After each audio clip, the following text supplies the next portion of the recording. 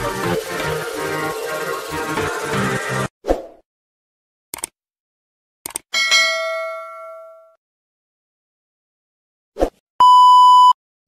indah Datuk Seri Alif Shukri bangun pagi bawa anak-anak dan keluarga pergi kebun jam 6.30 pagi. Datuk jadi cikgu ajar anak-anak cara jaga pokok durian dan bagi tahu bagaimana susahnya nak cari duit.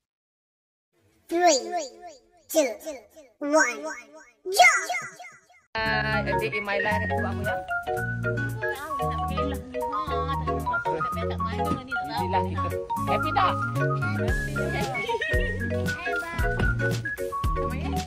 Hari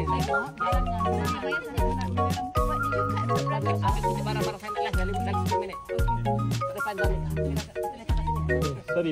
Sebenarnya ini adalah memori yang terindah buat saya dan juga anak-anak. Pagi-pagi pukul 6.30 pagi kami dah bangun dan kami berkebun. Dan yang paling penting hari ni Papa jadi cikgu untuk anak-anak Papa macam mana penjagaan pokok durian. Dan Papa nak ajar mereka mengenali macam mana struggle-nya nak cari duit. Nampak senang kan jadi petani, tapi bukan semudah yang disangka. Bagi Papa, duit boleh cari, tapi pengalaman kita perlu cari sendiri. Dan apa yang penting sebenarnya kita kena didik anak kita daripada kecil erti kesusahan untuk menjadi seorang petani dan juga usahawan. Jom kita tengok. Sebab ini nanti membuai bunga di bawahnya. Ya, pintar. Pandai. Sini. Ya betul tadi tu. No, you supposed to be juga. Up here. On the stem.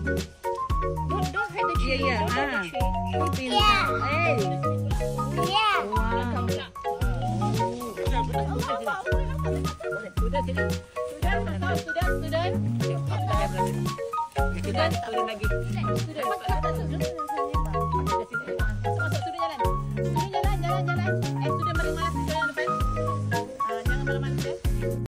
Thank you for watching.